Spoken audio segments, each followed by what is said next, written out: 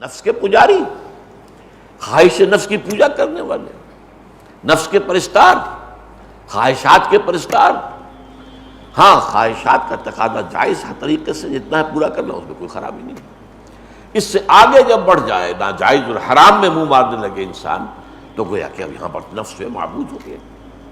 اس موضوع پر تفصیلی گفتگو جو ہے میری حقیقت و اقسام شرک، اور وہ سمجھتا ہوں کہ وہ بہت سے لوگوں کے لیے بہت مفید ہوگی کہ ہم نے شرک کس چیز کو سمجھا ہوا ہے۔ صرف بت پرستی شرک ہے، یا بہت موحد ہو گئے تو قبر پرستی شرک ہے، یہ نفس پرستی بھی شرک ہے، دولت پرستی بھی شرک ہے۔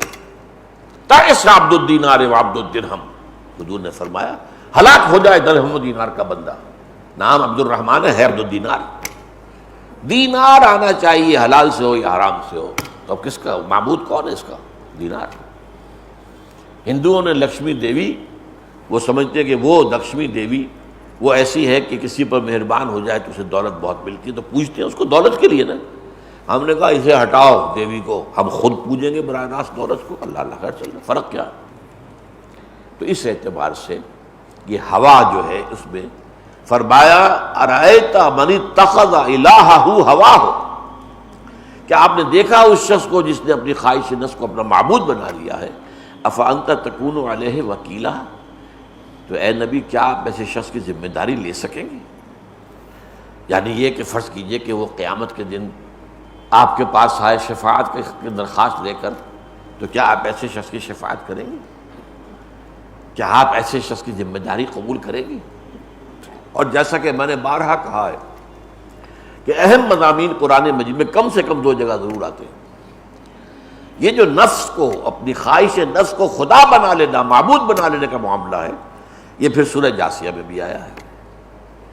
افرأیت، یہاں فا کے اضافے سے، افرأیت من اتخذ الہہ ہواہ واضلہ اللہ علی علم، یہ اور سخت ہو گئی، بہت سخت ہو گئی۔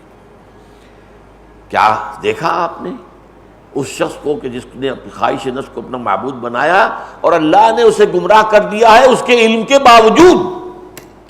عالم تو بہت بڑا ہے لیکن نفس کا پجاری ہے۔ علم سے مقصود دولت دنیا ہے، یا علم کے ذریعے سے امراء کی ہم نشینی اختیار کرنا، قرب اختیار کرنا، ان سے فائدے اٹھانا؟ اگر علم کا یہ مقصد ہے تو یہ تو در حقیقت علم کے باوجود گمراہ ہو جانے کی بات ہے۔ بڑے بڑے احبار اور رہبان موجود تھے یہودیوں میں، ایمان نہیں لائے حضور پر، کیوں؟ حالانکہ قرآن گواہی دیتا ہے کہ یعرفونہ کما یعرفون ابناءہم، ایسے پہچانتے ہیں حضور کو جیسے اپنے بیٹوں کو، لیکن نہیں مانا۔ ہماری سیادت ہے، ہماری چودراہٹ ہے، ہماری مسندیں ہیں، ہمارے فتوے پر لوگ عمل کرتے ہیں، ہمارے ہاتھ چومتے ہیں، ہمیں نذرانے دیتے ہیں، یہ سارا ہوا ہو جائے گا، ختم ہو جائے گا، کیسے ہی ماننا ہے؟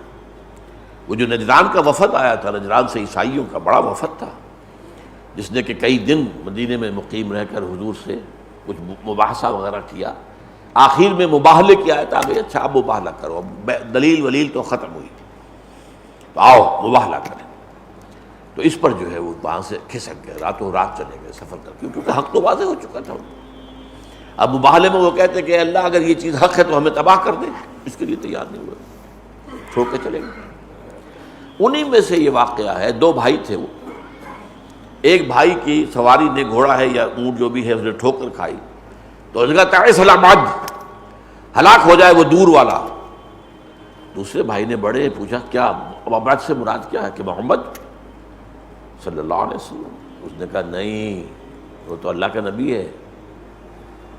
کہنے پھر کیوں نہیں مانتے؟ کہنے لگے دیکھو ہمیں ہرقل نے، جو شہنشاہ روم ہے، اس نے ہمیں بہت سی مراعات دے رکھی، ہمیں بہت سے فائدے ہیں ان کی وجہ سے، وہ اگر ہم ایمان لے آئیں اس پر سب چلے جائیں گے ہمارے اصل، اس لیے ایمان تو ہم نہیں لائیں گے، لیکن یہ کہ میں جانتا ہوں کہ وہ اللہ کے نبی ہیں۔ تو یہ علم ہے، اور علم کے باوجود گمراہی ہے، اس لیے کہ یہاں خواہش نفس معبود ہے، اپنے مفادات معبود ہے، اپنی حیثیت، اپنا مقام، اپنا مرتبہ، اپنی وجاہت، اپنا اقتدار، یہ آڑے آ رہا ہے حق کی قبول